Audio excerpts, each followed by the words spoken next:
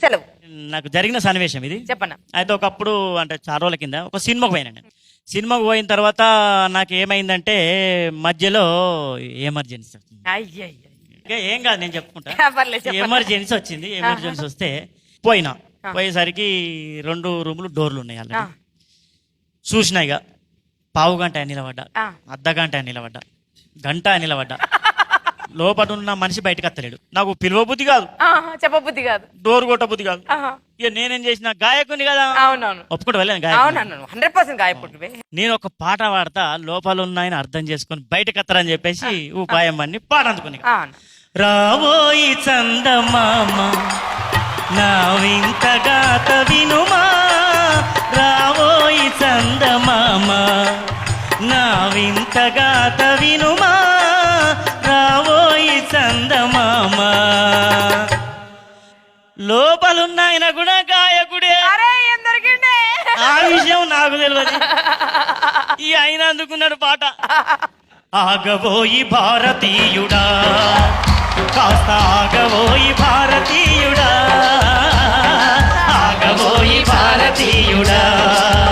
అవ్వా నేనైతే బయట గంట సేపా నిలబడి. అవునవును, నేను అప్పుడే చెప్పిన నా పరిస్థితి ఎట్లా ఆగుడు లేదు. ఇక పాట అందుకున్నా.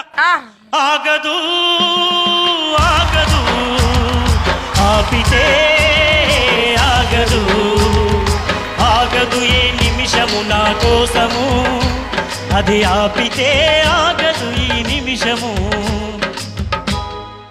అట్లా ఎట్లా పరిస్థితి. లోపల ఆయన నిమ్మలంగా కూర్చుని ఆపుకుంటే అన్నీ అవుతాయి.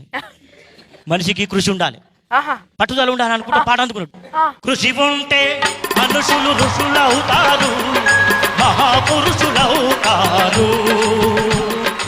అయ్యా నీ దండం పెడతా, నీ బాంచెను. కృషి ఉంటే ఋషులు అవుతారు, కానీ ఆ ఋషికి కూడా ఇది సాధ్యం కాదు. నువ్వు ఇమ్మీడియట్లీ నాకు నా పరిస్థితి ఘోరమని. నా ఎట్లా పరిస్థితి అంటే బయట రగులుతోంది మొగిలి పొద, కన్నయ్యదా నాగిలిలా వస్తున్నా, నాగస్వర మోదేస్తా, కాటేస్తారో వాటేస్తారో. ఇక గిట్ట జరిగింది అవన్నీ. నాకు దౌడలు పట్టుకుంటున్నాయి. అమ్మా ఇక చివరగా ఒక మంచి